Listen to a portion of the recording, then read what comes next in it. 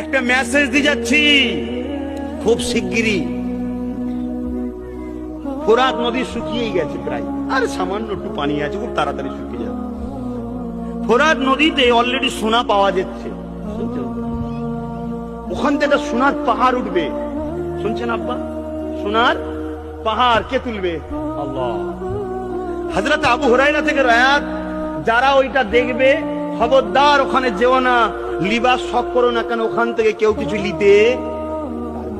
তথাপিও ওইটাকে লিবার জন্য সারা পৃথিবীর ইন্টারন্যাশনাল পাওয়ার যারা, সবাই মিলে ঝাঁপিয়ে পড়বে। কেন? ওখানে যারা ওইটাকে কেন্দ্র করে একটা লড়াই হবে, যুদ্ধ হবে, মালহামা হবে। সেই মালহামাতে, যুদ্ধতে 100-র মধ্যে 90 ইখতিলাফ, 99টা মানুষ মারা যাবে। পৃথিবীতে যারা বেঁচে থাকবে ওই যুদ্ধের পরে, সে ভাববে হয়তো আমি একাই পৃথিবীতে আছি। তার মানে কি, এক একজন 100-200 কিলোমিটার এলাকায় কোনো লোকই পাবে না, একাই 100-200 কিলোমিটার